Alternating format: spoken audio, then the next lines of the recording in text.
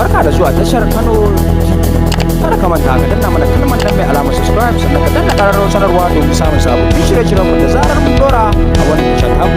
Gode. Da muka bayyana cewa malaman addini na cikin gwamnati tsamo-tsamo ana ci da su, wasu cewa suka yi ƙarya ne, cin mutuncin malamai kawai ake. To bari in nuna muku wani abu da na kwakuloni da jaridar Wiki Times. Kun san ko wane ne wannan? Yau kun gane shi? Malam kenan. To malam da ya an binciko bivin ɗan shi na da sama da account 30 da wani abu. Sai kuma wannan kungiyar sunanta Jibwis. Bari ku ga me take tare da gwamnati. Ranar 19 ga watan Disamba gwamnatin tarayya ta Alhamdulillah. Malam Balalau ya ci kuɗi bai gina makaranta ba. So shi yana ɗan izala ne ɓangaren Kaduna. Yanzu abin da ya kamata a yi next shine a binciko mana 'yan izala na ɓangaren Jos, sai a binciko mana 'yan ɗarika su kuma kaman da gidan Sheikh Dahiru Usman Bauchi kenan. Daga nan kuma sai a tafi 'yan Shi'a Sheikh Ibrahim Zakzaki. In an gama da sauran ƙungiyoyin da Allah duka ku gama binciko mana duka abubuwan da suka yi na badakala da sauransu sai a nuno mana wannan abu yayi kyau. Kaga idan kuka gama zakulo su gaba ɗaya muka gane dukkan su ba su da mutuncin nasu ya zube, ku da kuke can kasan America da wanda suke China da waye da kuke binciko wannan abun don kutuma durin uwarku za ku dawo Najeriya ku koyar da mu addini. Saboda abin da kuke bukata shine ya zama din Najeriya ba ma ganin mutuncin wani malami, saboda malaman izalan an gama zagin su na ɗarikan na shi'an, babu wani mutum da yake da mutunci a idan mu yanzu wanda mutuncin ya rage. Iya kokarin da kuke matukari shine ku binciko mana laifukan su mu daina ganin alkhairin su, ya zama duk lokacin da muka gansu sharri muke gani, ya zama ko Qur'ani suke karanta mana ku sa mana shakku a ran mu ji cewa ba da gaske suke yi ba, mu samu kokonto cikin addini. Wannan ita ce burinku. To da Allah muna nan muna jira a ci gaba da binciko mana aibin malaman mu ana kawo mana har mu ji cewa addinin namu ma ƙarya ce, abin da suke gaya mana ba daidai bane. Daga lokacin ku kuma sai ka dawo daga China dan me cin uwarka, sai ka dawo Najeriya ka koya mana addini, kai kuma mu ji mun gamsu da kai. Wannan dan Bello na dade ban ga cikakken dan akuya mu kazibi ainihin annamimin mutum irin wannan dan Bello ba. Kana following ina following ɗinka, ubanka ya ci gutsun uwarsa. Kai a rayuwarka ta duniya baka taba ganin alkhairi na wani a Najeriya. Abinda aka sani shine duk posting ɗinka da za a gani shine sharri ne. Wani yayi kaza, wani ya saci kaza, wani yayi kaza, ya gina ya sai hotel a America, ya siya a Saudiya, ai wani kaza, gwamna kaza, ya ki kaza. Kai dai a duniya baka taba ganin wani dan adam a Najeriya arewa da yayi wata alkhairi ba. Abinda ka sani shine sharri. Kullun idanka akan sharri yake. Haba da Allah, haba jama'a. Malaman addinin da ake ce musu magada annabawa yanzu su ne babban burinku a duniya, ku zubar musu mutunci, mu daina ganin su da kima ko mutunci. Malaman nan da alkhairinsu a cikinmu da sharrinsu wanne ya fi yawa? Alkhairinsu yarin ja sharrinsu ba za su ci wata daraja mu rufa musu asiri. Matsayinsu na malamai dama mun san dukkansu ba ma'asumai bane, za su iya daidai su yi ba daidai ba. Amma da ni da kai mun sani alkhairin ya fi sharrin yawa. Ba za mu iya ɓoye sharrin malaman nan mu faɗi alkhairinsu ba ko don ci gaban addininmu. Su kiristoci da a kowace jiha billahi lazi ana ware musu wani kuɗin da ake basu na gina coci, ko sun gina ko basu gina ba, har yanzu baka samu daban binciko nasu ba. Kai babban burin ka dan Bello kullun ya za a yi ka ɗauko aibin wani mutum da yake da mutunci ka nuna wa duniya cewa ba komai bane shi, azzalumi ne bai da mutunci. Iya damuwarka ya za a yi a gane cewa a arewa dan Allah jama'a waye ba mu zaga ba. Ka zagi sarakuna, ka zagi 'yan siyasa, yanzu ka dawo kan malamai. Babu wanda yake da mutunci ko kima, babu wanda yake yin daidai. Kuma ku kun tattara kuna kasar waje dai ku kafa live wai ku kuna sharhi, ku ne masu gaskiya. Dan me cin uwar ku gaba ɗayan ku da wanda kuke Dubai kuke waye kuke sharhi kuke zagi mutane dan durin uwar ku. Duk uban da ka ganshi a raye yanzu babu uban da aka tsananta bincike akan shi zai sha kowaye. Duk uban da ka ganshi yanzu in aka tsananta bincike akan shi wallahi ba zai sha ba. Wata irin abu ne wannan?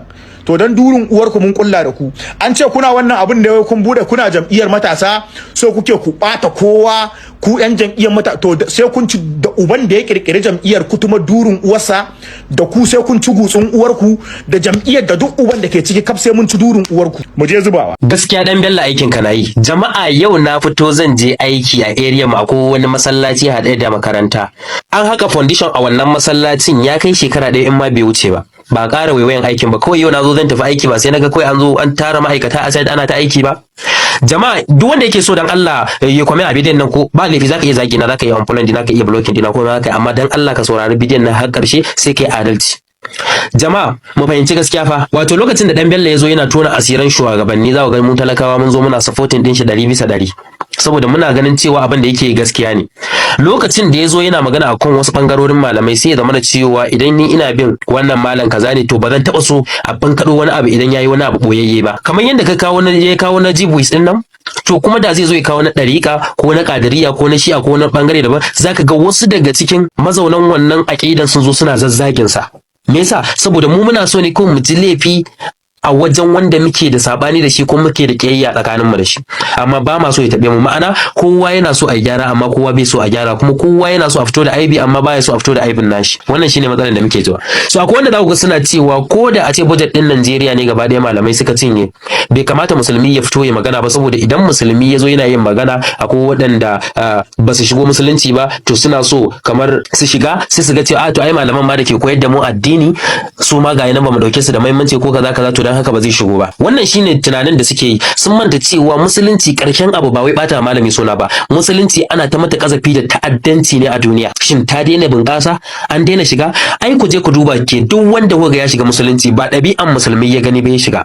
Ya shiga musulunci ne saboda karantar menene musulunci, menene koyarwar musulunci. Bello Turji ba yana ikirarin shi musulmi bane? Idan shi za a kalla za a shiga musulunci? Ai kar ka kalla musulmi, ka kalla me musulunci ya koyar. Shine adalci kuma shine ka nemi hanyar ubangiji. To ko da malamai ko babu malamai, tunda Allah ya alƙawarin sai ya tsara addinin sa, babu abin da zai faru da addinin sa. Kuma duk wanda Allah ya nufin zai shirya, babu wanda ya isa ya hana shi shirya, kuma duk wanda Allah ya dilmiyar, babu wanda ya isa ya gyara shi. Yanzu misali, mai malamai adalci, mai makan adalci, mai alqur'ani adalci. A duba cikin suratul nisa aya ta 58, Allah yana cewa inna Allah ya'murukum an tu'addu al-amanati ila ahliha wa idha hakamtum bainan nasi an tahkumu bil adl inna Allah li'imma ya'izukum bi inna Allah kana sami'an basira. Allah yana faɗa mana cewa idan mun zo an ba mu amana, kun ga kaman contract din nan da sauran abubuwa amana ne fa, kuma Allah ba yana umurtan talakawa ko jahilai ko annaba ko Allah yana magana ne ga musulmai kai tsaye. Sai Allah ya ce yana umurtan ku da ku ɗauki amana inda aka umurce ku je ku kai ta. Sannan kuma idan kun zo za ku yi ma mutane hukunci ko alƙalanci ko shari'a ko hukunci ko kuma sulhu, Allah ya ce ku yi ma kowane bangare adalci. Da karki Allah ya ce inna Allah kana sami'an basira. Wannan yana nuna maka cewa ba wai malamai ba, kowane ne kai idan ka ci hakkin al'umma sai Allah ya hukunta ka akan wannan haƙoƙin na al'umma. Domin kuwa idan ka ci hakkin ubangiji zaka je ka roke shi ka istighfar ya yafe maka, amma in ka ci hakkin al'umma wallahi sai ka biya su. Sannan a cikin suratul baqara aya ta 188, la ta'kulu amwalakum bainakum bil batil, kada ku ci dukiyan junanku ba tare da haƙƙi ba, wa tudlu biha ila al hukkan, kuma kada ku dauke wannan dukiyar na al'umma ku kai ta wurin alƙalai, li ta'kulu fariqan min amwalin nasi bil ismi wa antum ta'lamun, domin ku samu wani kaso na wannan dukiyar na mutane da zunubi alhalin kuna sani. Wannan yana nuna muku cewa ta kowane bangare ubangiji ya hana zalunci, kuma ya hana mutum ko ma wane ne shi ya taba abin da ba nashi ba. A hadisin annabi Muhammad sallallahu alaihi wasallam yana cewa mafi kololuwan azaba a ranar tashin alkiyama shine shugaba ko malami masu yin zalunci. Wannan yana nuna maka idan aka baka amana ko aka ce ka gina kaza ko aka dauki kuɗin dukiyar mutane, in dai ba an ce aka rama kallah wannan naka bane, to wannan kayan ba naka bane, kuma wallahi idan ka ci sai ka gaya ma ubangiji. Sannan idan mun koma wani hadisin annabi Muhammad sallallahu alaihi wasallam yana cewa wanda ya zalunci dan uwansa ga hakki ko kuma ga dukiya, to ya gaggauta biya kafin ranar da babu zinare babu azurfa, wato ranar alkiyama. Domin a wannan ranar annabi Muhammad sallallahu alaihi wasallam ya faɗa mana cewa ba wai dukiyar ne zaka ɗauka ka bayar a matsayin abin da ake bin ka ba, a'a ladanka ne za a ringa ɗauka ana biyan waɗanda ka ci hakkin su da shi. Sannan idan baka da lada za a ringa ɗibo zunuban mayagun ayyukan da suka aikata a lokacin rayuwarsu a ringa lallafta maka. To yanzu dan Allah dan annabi mai malamai adalci, mu ba ma son malaman mu su ta hakki al'umma. Ba wai ku ɗauka ɗan Bello ku ce za ku kai shi kotu ya zo ya ansa kwairi bane. Mu malamai ne, ku kuka koya mana addini, ku kuka san musulunci, sannan ku kuka san hadisan annabi Muhammad sallallahu alaihi wasallam. Alqur'ani yana cewa qul hatu burhanakum in kuntum sadiqin, ku fito da hujjojin ku in kun kasance masu gaskiya. Ba wai za ku bari wasu daga can mabiyan ku ne su ringa zuwa suna kirkiran wasu abubuwa marasu tushe, su ringa cewa ai can gurin ai a'a ku ne za ku fito ku ce ya ce ba a yi aure kaza ba, gashe da an yi wannan abin an gama, gashe da aure kaza an yi wannan abin an gama, gashe da aure kaza, shikenan kun kubuta. Amma a ji tsoron Allah, domin Allah yana kallon duk abin da ke faruwa, kuma Allah mai hisabi ne ga dukkan bayi. ciki har da kowa na kurel bash ina muku fata alkhairi